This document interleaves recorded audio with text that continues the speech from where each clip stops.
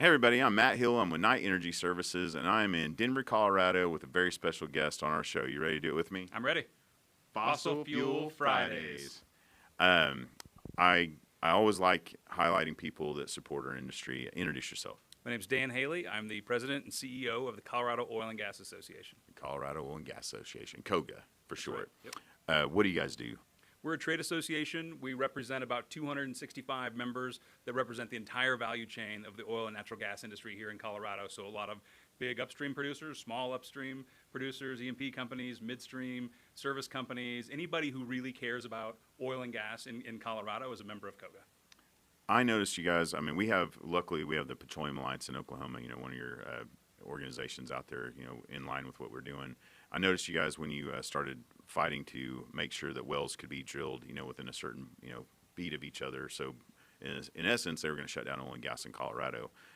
How do you find those issues that are facing us, and then change the narrative on that? Yeah. So this really started in earnest in 2018, I think is what you were talking about, which was Proposition 112, which was an initiative that was on the ballot in Colorado, which would have created a 2,500-foot buffer around oil and gas development in Colorado, which would have just been decimated industry in this state. So it was important for us as COGA to make sure that we were out telling our story and making sure that people in Colorado understood why this industry is important, why it's good for their communities, why it's good for our state, and why it's good for our country. And we also had to tell them at the same time, it's important that we do this and that we develop these resources in Colorado, but here's how we're doing it.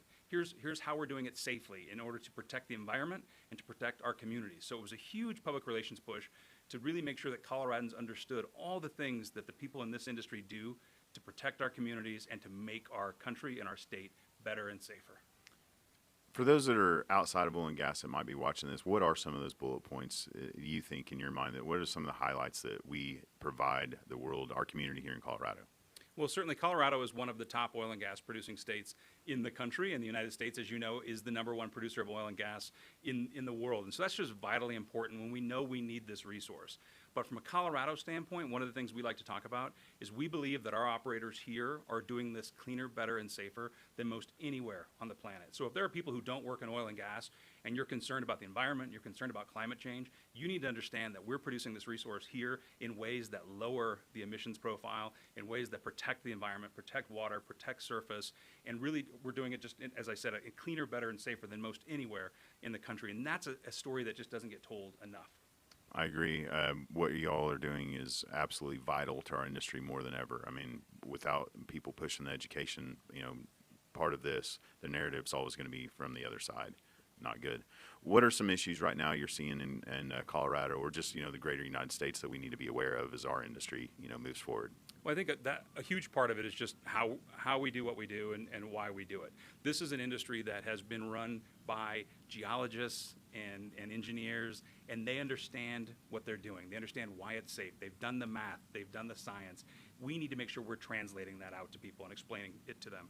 The other piece of this, I think people are being sold a bill of goods and being told that we can turn to this renewable energy future today, right? We just lack the political will to go all renewables, and it's just not possible.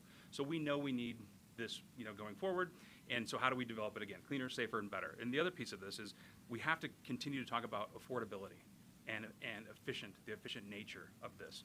You see states like California that are saying, well, we don't want fossil fuels, we want to get off fossil fuels, yet what do? They turn around and import their energy from foreign countries that don't protect the environment, that don't have the same labor standards that we have here. We don't want to turn into California here in Colorado. We want to find our own unique path forward and really, again, be able to produce these resources and explain why it's important.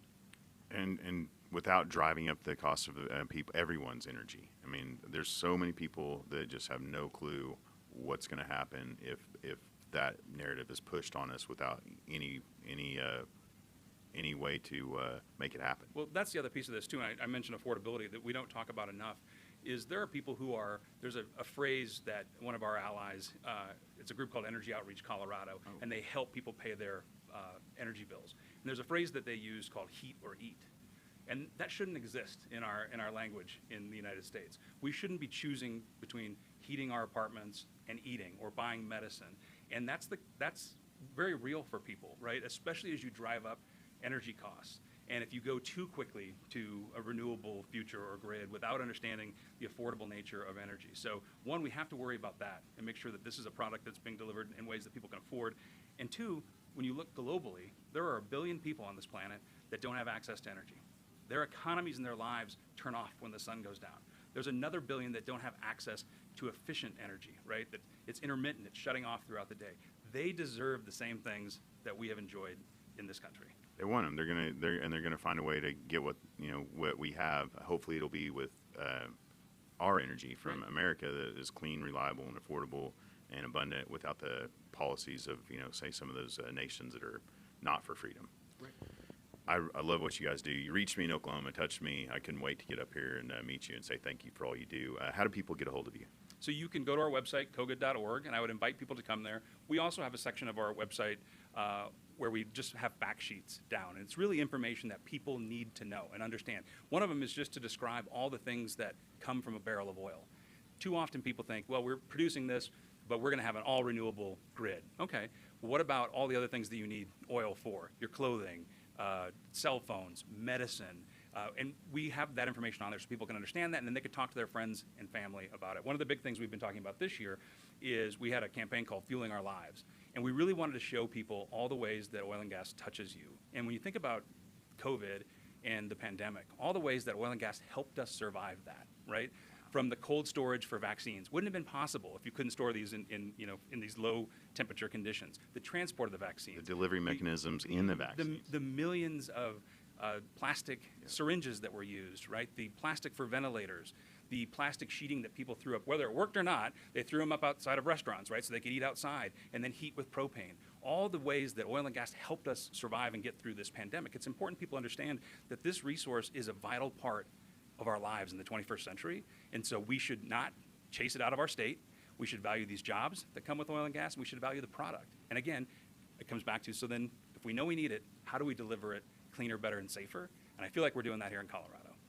I very much agree, and I think because of people like you and organizations like the COGA, you will make sure that oil and gas have a very bright future for all of us, and I appreciate that very much. Yeah, thanks.